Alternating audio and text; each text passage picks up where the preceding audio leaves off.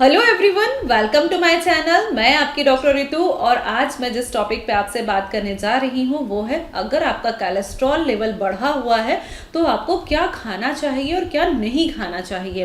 क्योंकि आपको कोई भी मेडिसिन के थ्रू कोलेस्ट्रॉल कम करने से ज़्यादा ज़रूरी होता है कि आप क्या खा रहे हैं, उसको मेंटेन करना डाइट से बहुत ज़रूरी होता है। वैसे होम्योपैथिक मेडिसिन से मैंने कल ही एक वीडियो अपलोड किया हुआ है, उस वीडियो को आप लोग ने ज़रूर देखा होगा, पसंद किया होगा, और जिन्होंने नहीं देखा है वो देख सकते हैं। उसका वीडियो का लिंक जो है आपको स्क्रीन पे और वीडियो के डिस्क्रिप्शन में मिल जाएगा। तो चलिए शुरू करते हैं। तो शुरू करने से पहले आप मेरे चैनल को सब्सक्राइब कर लीजिए विद बेल आइकॉन, अगर आप चाहते हैं कि मेरे वीडियोस के और लाइफ ट्रेन के नोटिफिकेशंस आपको मिलते रहें। तो आइए जानते हैं कोलेस्ट्रॉल के बारे में। पहले तो कोलेस्ट्रॉल जो है दो पार्ट में डिवाइड रहता है, एक बैड कोलेस्ट्रॉल और गुड कोलेस्ट्रॉल। तो जहां पर जितना नुकसान करता है आपको एलडीएल मतलब कि बैड कोलेस्ट्रॉल, वहां उतना ही जरूरी होता है आपके लिए एसडीएल मतलब कि गुड कोलेस्ट्रॉल। तो वहां पर आपको एलडीएल को कम करना है और एसडीएल को मेंटेन करना बहुत जरूरी होता है, क्योंकि बहुत ही इंपॉर्टेंट रोल प्ले करता है आपकी बॉडी के लिए एसडीएल। तो आइए सबसे पहले मैं आपको बताऊंगी, अगर आपका कोलेस्ट्रॉल बढ़ रहा है, लेवल बढ़ा हुआ है, ट्राइग्लिसराइड्स बढ़े हुए हैं, एलडीएल और very low density lipid VDL बढ़ा हुआ है, तो वहां पर आपको क्या क्या चीजें नहीं खानी है, बिल्कुल भी जो है आपको अवॉइड करनी है ये चीजें। तो सबसे पहले आपको फ्राइड फूड मतलब कि डीप फ्राई फूड नहीं लेना है, क्योंकि डीप फ्राई फूड में बहुत ही ज़्यादा मात्रा में बैड कोलेस्ट्रॉल होता है और यहाँ पर ट्रांस फैट और सैचुरेटेड फैट होते हैं, तो जिसकी वजह से बहुत ही तेज़ी से ये कोलेस्ट्रॉल लेवल को बढ़ाता है और साथ ही साथ हार्ट डिजीज़ के लिए बहुत ही ज़्यादा प्रोमिनेंट कर देता है।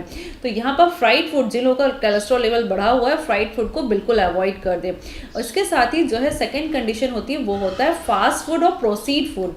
मतलब कि फास्ट फूड जो होते हैं जितने भी, जहाँ पर आपको ब्रेड मिलता है, आपको चीज़ बटर्स डला हुआ होता है और फ्राइड भी होता है, तो वो फास्ट फूड्स आपको बिल्कुल भी नहीं लेने हैं।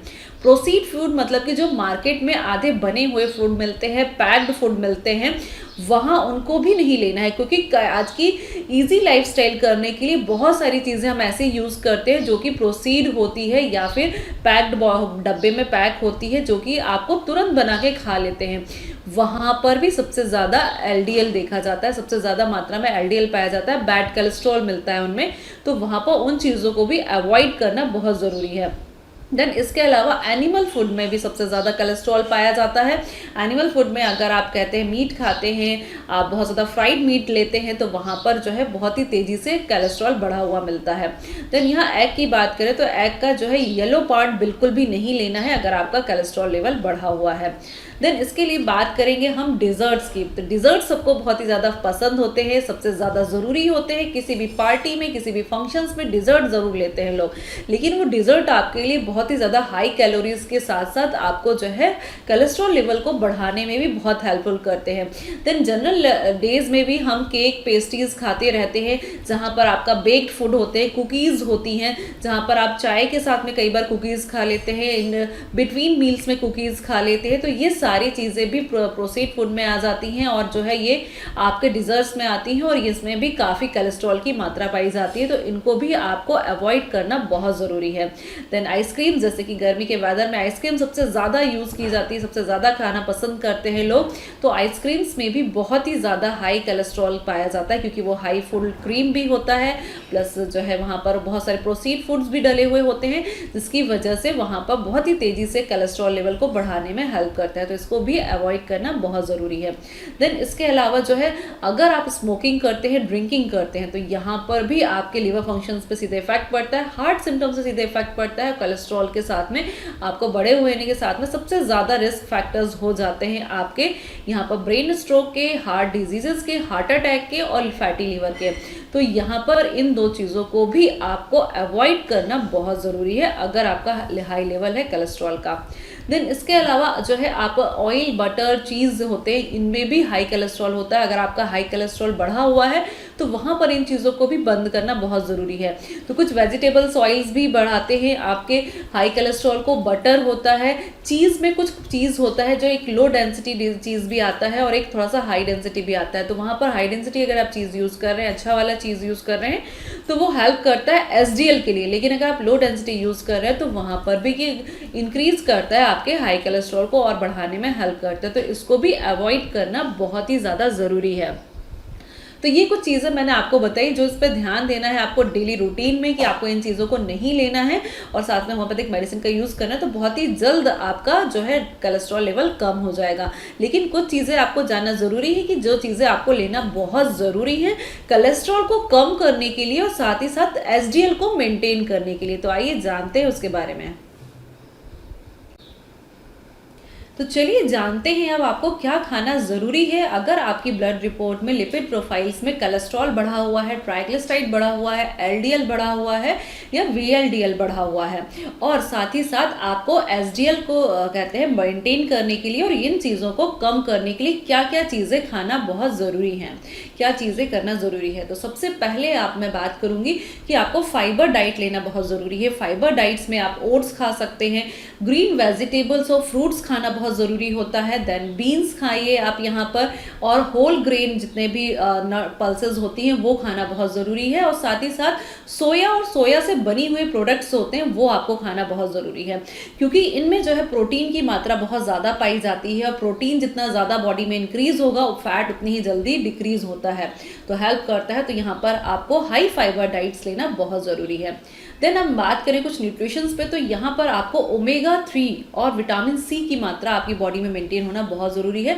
तो इनको खाने के लिए आप जैसे कि विटामिन सी के लिए तो आपको आंवला हो गया, संतरे हो गए, लेमन हो गया, ये सारी चीज़ें लेना ज़रूरी है, जिससे कि आपका कोलेस्ट्रॉल लेवल जल्दी डिजॉल्व होता है, कोलेस्ट्रॉल को डिजॉल्व करने में हेल्प करता है।